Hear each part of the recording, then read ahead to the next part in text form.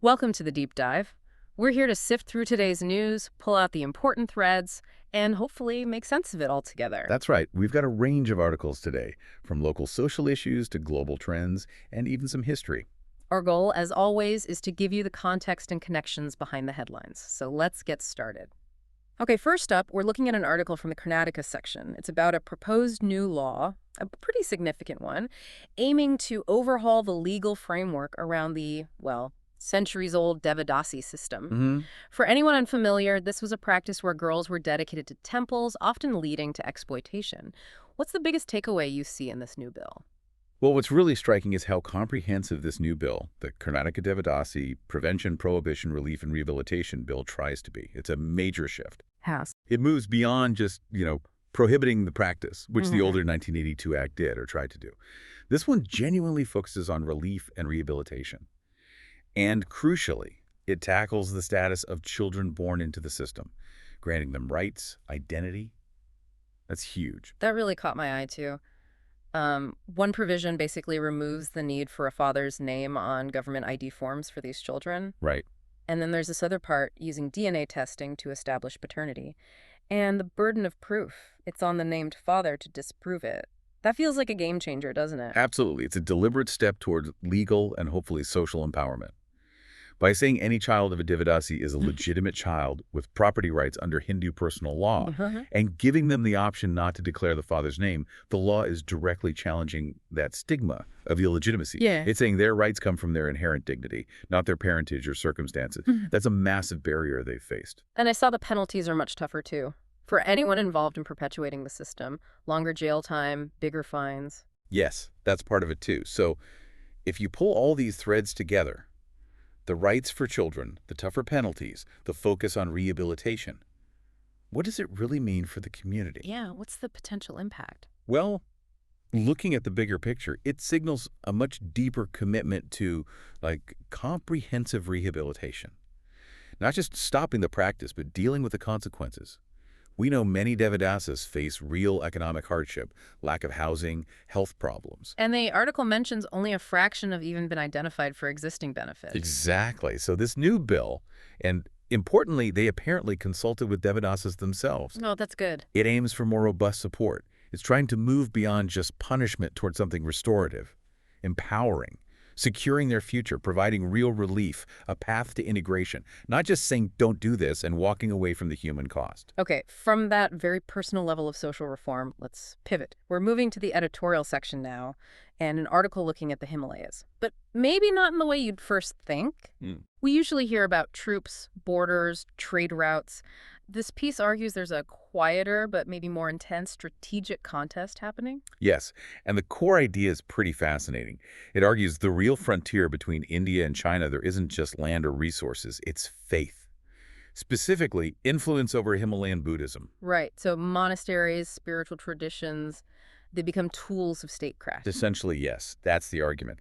These ancient places and practices get drawn into geopolitical strategy. And the article goes into China's efforts here. A long campaign, it says, to control Tibetan religious life, exiling lamas, insisting the state approves reincarnations. They even have a database, an official list of recognized lamas. It's very, very systematic. So how does India fit into this picture, this spiritual chessboard? Well, India obviously has significant moral weight by hosting the Dalai Lama and the Tibetan exile community. But the article suggests Delhi has mostly been playing catch-up.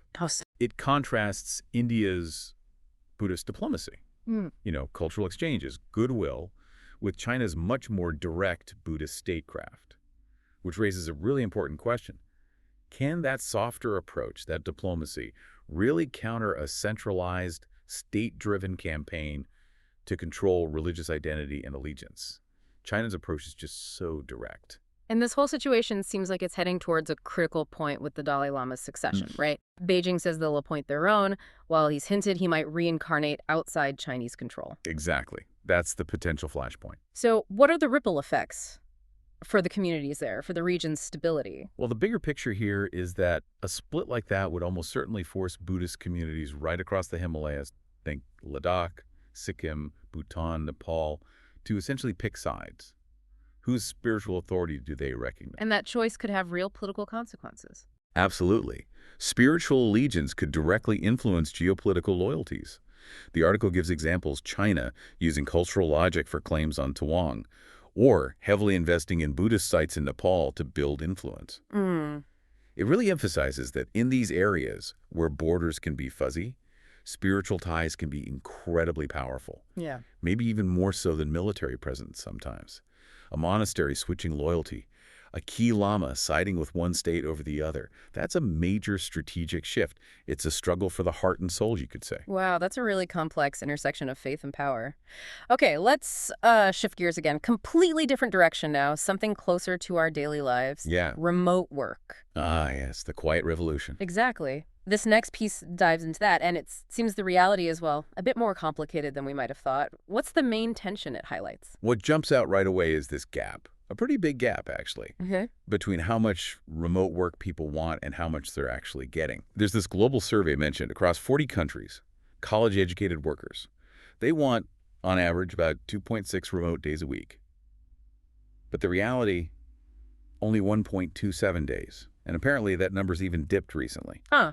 So why the mismatch? Why aren't we getting what we seem to want? Well, the reasons seem to vary quite a bit depending on where you are.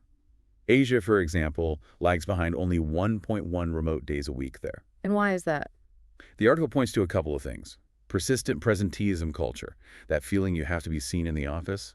Plus, practical issues like maybe smaller living spaces, less reliable internet, real, tangible barriers. Right, makes sense. But geography isn't the whole story. Gender plays a big role, too. Women, particularly mothers, tend to work from home more, and they also want it more strongly. So connecting that to the bigger picture, is that empowerment or something else? That's the crucial question, isn't it? Is it genuine flexibility and empowerment for women, or is it just reflecting the ongoing unequal burden of childcare and household stuff? You know, working from home might just shift where that double burden happens. Mm. And while men without kids are also seeking remote work, maybe more for personal freedom, those underlying gender dynamics around work-life balance, they don't seem to be resolved just by working remotely. And beyond culture and gender, the article brings up another major factor driving employers' reluctance, maybe even this recent pullback: health concerns. Mm-hmm. It's not just about whether people are productive. Yes, that's a really important point. The data suggests remote workers are more likely to report physical issues, backaches, eye strain, that kind of thing. And the mental health side, too. Isolation, blurred work-life boundaries, that always-on feeling takes a toll. Because our homes aren't really set up like offices, ergonomically or mentally. Exactly. Most aren't designed for that kind of sustained focus or physical safety day after day. So this raises that important question about the hitting costs. Maybe that's why some companies are quietly dialing it back. But abandoning it completely seems like throwing the baby out with the bathwater. Probably. The article suggests a well-managed hybrid model is likely the best way forward. But, and this is key, it stresses that needs real investment. Support for home office setups, encouraging healthy routines, setting clear digital boundaries to stop burnout. And even governments have a role. Yeah, things like better broadband access for everyone, maybe even health standards for remote work. It's definitely more complex than just telling people to work from home. Okay, from the home office to the university campus. Our next deep dive looks at what the article calls a global crisis in academia. It argues universities are shifting from places of free inquiry towards becoming sites of political control. What's driving this trend? What seems clear from the piece is a pattern, a global one, where governments often, though not exclusively right-wing ones, are using things like budget cuts and ideological pressure to influence universities. Can you give some examples? Well, in the U.S., you see Ivy League universities getting caught up in these intense cultural battles, facing threats to their funding. Think about the recent controversies, presidents resigning under pressure. And the article points out this pressure can lead to things like adopting very specific, sometimes controversial definitions on sensitive topics, which raises that important question about the chilling effect on open debate. And it stresses this isn't just happening in America. Not at all. The article details similar things elsewhere. Australia, for instance, where government ministers have apparently vetoed research grants in the humanities. Here in India, examples like JNU being labeled anti-national, or the introduction of mandatory courses on Indian knowledge systems, which critics see as pushing a particular narrative. So connecting the dots, what's the bigger picture here? If you zoom out, the article argues it's a consistent trend globally from Hungary to Bahrain. You see more police on campuses, targeted budget cuts, academics dismissed for their views, independent research framed as a security threat. And this erosion of academic freedom, which is tracked by something called the Academic Freedom Index, is deeply worrying. Why? Because it limits our ability as societies to tackle the big, complex problems. Climate change, AI ethics, social inequality. You need that free inquiry. The article also mentions another force at play, maybe quieter but still powerful. The neoliberal makeover of universities. What does that mean? Essentially, it's about universities increasingly being run like businesses. The main focus shifts to things like international rankings, how many patents are filed, how employable graduates are. So less focus on knowledge for its own sake. Exactly. Subjects like history or sociology, which are vital for understanding power in society, but don't have an obvious immediate market value, get devalued. Yeah. Students become customers, faculty become service providers. And how does this connect to the political pressure? Well, the far right can then exploit this market logic. They cut public funding, arguing universities should be self-sufficient or market-driven, while simultaneously painting them as out of touch or even subversive. It's a pincer movement, in a way. Which raises that critical question. If profit or political agendas dictate research, what kind of knowledge do we lose? Precisely. The article concludes that defending academic freedom needs a collective effort. University boards need to protect academic decisions from political meddling, and students and faculty need to remember campuses should be democratic commons, spaces for open debate, not just credential factories. Right, a really crucial defense needed there. Yeah. Okay, let's move now to the science section. A very specific threat this time. Kerala's rubber plantations. They're under attack, apparently, from a surprising team. A beetle and a fungus working together. How does that work? It's actually quite fascinating, biologically speaking. It's a mutualistic relationship. They help each other, but the result is destructive for the tree. You have this ambrosia beetle and its fungal partners, mainly species like Fusarium ambrosia and Fusarium solani.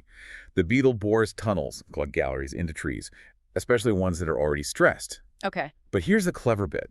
They don't just eat the wood. They actually farm the fungi inside these tunnels. They carry the fungal spores with them, cultivate them on the tunnel walls, and then feed on the fungi's growth, the mycelia. Wow, like tiny farmers inside the tree. Exactly. And in return, the fungi release enzymes that break down the wood, making it easier for the beetles to tunnel deeper and expand their farm.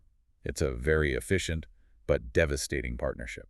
So what damage does this beetle-fungi tag team actually do to the rubber trees? Well, the infection causes a whole range of symptoms. Severe leaf fall, branches drying out quickly, the trunk drying up, and often, eventually, the tree just dies. And for a state like Kerala, that's a huge problem, right? The article says they produce something like 90% of India's rubber. Over 90%, yeah. So this directly translates into major economic and agricultural losses. Less latex production means less income, fewer jobs. Which brings up the important question. Why is this particular problem so hard to tackle? The article mentions that controlling fungal infections in plants is generally tough. Why is that? The main issue is where the fungi live. They establish themselves deep inside the plant's xylem vessels. Think of those as the tree's internal plumbing system, carrying water up from the roots. Once the fungus is in there, systemic, it's very hard for typical treatments like insecticides or fungicides sprayed on the outside to reach it effectively without harming the tree itself. Often by the time you see clear symptoms, the infection is too advanced. And these particular fungi are nasty. Yes. Fusarium species are known to be pretty virulent, and they can be adaptable. The article warns they could potentially spread to other types of trees, over 80 species mentioned, including important ones like cashew, teak, coffee, coconut. Wow. And there's another layer. Some Fusarium species can even cause infections in humans, especially people with weakened immune systems. So there's a potential health risk for plantation workers, too. So what's the solution? It really highlights the need for a very specific action plan. Yeah. Tailored to the local situation, and probably exploring more sustainable, maybe biological control methods, perhaps using other fungi that compete with or attack the harmful ones, rather than just broad-spectrum chemicals that might not work well anyway, could have other side effects. Okay, from micro-level threats to macro-level ambitions, let's look at India's energy future now, specifically a really bold new target for nuclear power. Right. This is from the text section of the paper. The government's aiming for 100 gigawatts of nuclear power capacity by 2047. That sounds like a massive increase from where we are now, which is about 8 gigawatts. It's a colossal jump, yes, over a 12-fold increase. And what's fascinating here is how this target is being framed. It's positioned as absolutely crucial for India achieving two major goals: becoming a developed country by 2047 and hitting net zero emissions by 2070. So the big question is, why such a heavy bet on nuclear specifically right now? Well, the article lays out the rationale. India's electricity demand is projected to soar. Per capita consumption is still much lower than in places like China or the U.S., and the total capacity needs to grow maybe 5 times over. And renewables, while important, have limitations. Exactly. Solar and wind are great, but they're intermittent. They depend on the sun shining or the wind blowing. Nuclear power offers that reliable 247 baseload power that's needed to stabilize the grid and meet constant demand. It's seen as the most viable option for that scale of clean, consistent energy. Is this purely an Indian thing or part of a wider trend? Oh, there's definitely renewed global interest. The article mentions a declaration at the Dubai COP28 climate conference, where many countries pledged to triple nuclear energy globally. It's increasingly recognized as vital for cutting fossil fuel dependence and boosting energy security. Okay, so the ambition is clear, but hitting 100 GW in India, that requires some major changes, doesn't it? The sector's been mostly state-run. Absolutely. Historically, it's been dominated by the government-owned Nuclear Power Corporation of India, NPCIL. To achieve this kind of scale-up, the article argues you absolutely need significant private sector involvement, both Indian companies and foreign players. So what are the main roadblocks to getting that private and foreign investment flowing? What needs to change? This raises critical questions about the legal and financial landscape. The article flags the need to amend key laws, like the Atomic Energy Act of 1962 and the Civil Liability for Nuclear Damage Act of 2010. Ah, the liability issue. That's always been a sticking point for foreign suppliers, hasn't it? Precisely. That needs resolving. Plus, nuclear power has incredibly high upfront costs compared to, say, coal plants, and unique long-term costs too, decommissioning the reactors, managing waste safely over decades. Private investors need clarity and incentives for that. What about regulation? That's another point. There's a call for a truly independent regulator. Currently, the Atomic Energy Regulatory Board, the AERB, technically reports to the Department of Atomic Energy, which also promotes nuclear power. So ensuring genuine independence is seen as important. So the solutions mentioned. Things like financial incentives, maybe officially classifying nuclear as green energy to attract investment, and streamlining foreign direct investment rules. The idea is to make it a more collaborative effort to reach that ambitious target for India's energy security. All right, for our final deep dive today, we're taking a step back in time. This is also from the text section, exploring the intellectual ferment before India's constitution was finalized in 1950. It looks at various constitutional drafts proposed between 1895 and 1948. Yeah, this is really interesting stuff. What's fascinating is seeing the sheer variety of visions people had for independent India back then. These drafts cover everything from early liberalism to quite radical socialism. They offer really different takes on basic things like sovereignty, governance, economic justice, even cultural identity. Exactly. They're like snapshots of possible paths India could have taken. Let's touch on a few. There's an early one, 1895, the Constitution of India Bill, often linked to TLAC. More of a liberal model, right? Representative government, individual rights. Yes, quite standard for its time in some ways. But then you jump forward to M.N. Roy's 1944 draft. That went much, much further. How so? What was in it? Roy's draft didn't just propose strong civil and socioeconomic rights, which was already quite advanced, but it actually included the right to revolt against an oppressive state. Wow. And it envisioned power resting directly with the people through networks of citizens' committees. A really radical vision of direct democracy. Then, kind of surprisingly, the article discusses the Hindustan Free State Act, also from 1944, linked more to right-wing groups like the Hindu Mahasabha. Yes, and you might expect something quite different, but it had some surprising elements. While it did emphasize cultural unity, one language, one culture, it also explicitly guaranteed religious freedom, equal treatment for all castes and creeds, and said there be no state religion. And it even included a right for provinces to secede. It did, which raises that important question. Yeah. How did these seemingly contradictory ideas like pushing for cultural unity but allowing secession exist side by side in these proposals?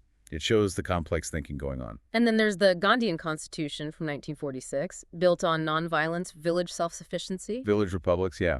Panchayati Raj in its purest form. But even that draft, the article notes, had a provision for the right to bear arms. Right.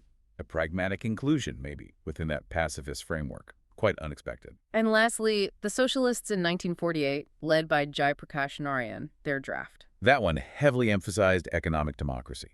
It called for nationalizing all major industries, focusing on equitable wealth distribution over just procedural rights. So, connecting this all together, none of these specific drafts became the Constitution, but did they influence it? Oh, absolutely. If you look at the bigger picture, elements from many of these clearly filtered into the final 1950 Constitution.